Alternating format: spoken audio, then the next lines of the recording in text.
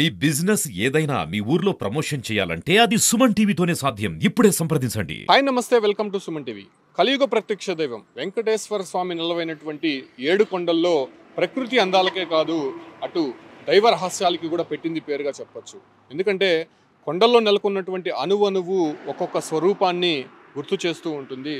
అదే రకంగానే మనం తిరుపతి నుంచి తిరుమలకు వెళ్ళేటువంటి మార్గంలో ఆఖరి టర్నింగ్ వద్ద వెంకటేశ్వర స్వామి స్వరూపం అనేది కొండల్లో నిక్షిప్తమైనటువంటి దృశ్యాలు మనం చూసే ఉంటాం. కాకపోతే తిరుమల నుంచి తిరుపతికి వెళ్ళేటువంటి మార్గంలో వినాయకుడి గుడికి కొంత సమీపంలో ఉన్నటువంటి ఈ దృశ్యం మీకు చూపించబోతున్నాను. వెంకటేశ్వర స్వామికి అతి ఇష్టమైనటువంటి గరుడ వాహనానికి సంబంధించి, అంటే గరుత్మంతుడికి ఆయనకి ఉన్నటువంటి అనుబంధం మనం చూసే ఉంటాము. బ్రహ్మోత్సవాలలో గరుడు వాహన సేవ అంటే చాలామంది కూడా చాలా ఇంట్రెస్ట్గా వీక్షిస్తూ ఉంటారు. గరుడు వాహన సేవ పైన స్వామివారు ఊరేగుతున్నప్పుడు ఏదైతే వెంకటేశ్వర స్వామి మూల విరాట్కున్నటువంటి లక్ష్మీ హారాన్ని కూడా ఆయన ధరించి భక్తులని కనువిందు చేస్తూ ఉంటారు. ఆ సమయంలో స్వామివారిని దర్శించుకుంటే లక్ష్మీ కటాక్షం కలుగుతుందని చెప్పి కూడా చాలామంది విశ్వసిస్తూ ఉంటారు. ఈ క్రమంలోనే వెంకటేశ్వర స్వామిని కాపాడడానికి, వెంకటేశ్వర స్వామి భక్తుల సంరక్షణకై ఈ గరుత్మంతుడు అనేది తిరుమలలో ప్రతినిత్యం కూడా సంచరిస్తూ ఉంటారని చెప్పి కూడా చరిత్ర చెబుతోంది. అదే రకంగానే మనం అక్కడ చూస్తున్నాం, వెంకటేశ్వర స్వామికి అతి ఇష్టమైనటువంటి గరుత్మంతుడి విగ్రహ స్వరూపం అక్కడ కనిపిస్తూ ఉంది. ఇది డౌన్ ఘాట్ రోడ్లో వినాయకుడి గుడికి వెళ్ళక ముందే ఈ టర్నింగ్ వద్ద కనిపిస్తూ ఉంటుంది. చూడొచ్చు, గరుత్మంతుడికి సంబంధించినటువంటి రూపం చాలా స్పష్టంగా కనిపిస్తుంది. మొహబ్బాగంలో ముక్కు అనేది చాలా ముందుకు వచ్చి ఉండదు. అదే రకంగా కడుపు భాగం కావచ్చు, అంటే కింద ఉన్నటువంటి పాదాలు కావచ్చు.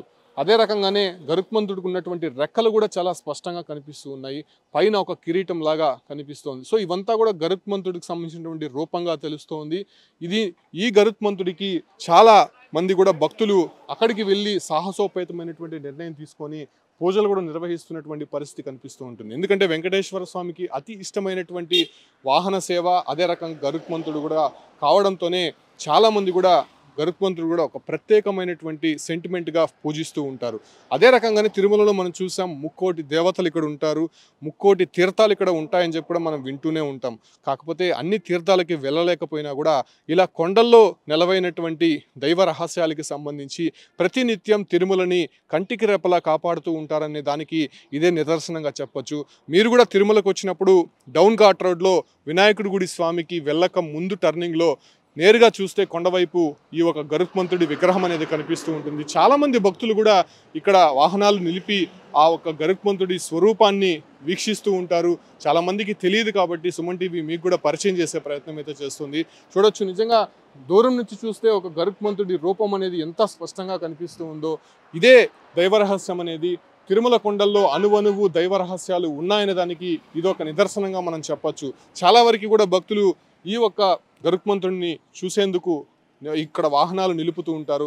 సో మీరు కూడా తిరుమలకు వచ్చినప్పుడు ఖచ్చితంగా ఈ ఒక్క గరుత్మంతుడి విగ్రహం చూడొచ్చు. మనం ఘాట్ రోడ్, మొదట ఘాట్ రోడ్లో ఈ ఒక్క గరుత్మంతుడి విగ్రహం ఉంటుంది. రెండవ ఘాట్ రోడ్లో, అంటే తిరుపతి నుంచి తిరుమలకు వెళ్ళేటువంటి ఘాట్ రోడ్లో కూడా వెంకటేశ్వర స్వామి స్వరూపం అనేది కనిపిస్తూ ఉంటుంది. సో ఈ రకంగా భక్తులని ప్రతినిత్యం కూడా కొండల్లో దైవ రహస్యాలు అనేది అనుభూతి చేస్తూ ఉంటుంది. సో ఈ రకంగా డౌన్ ఘాట్ రోడ్లో ఈ ఒక్క గరుత్మంతుడి విగ్రహం కూడా చాలా వరకు కూడా దైవ రహస్యంగా భావించి భక్తులందరూ కూడా భక్తి శ్రద్ధలతో పూజిస్తున్నటువంటి పరిస్థితి కనిపిస్తుంది.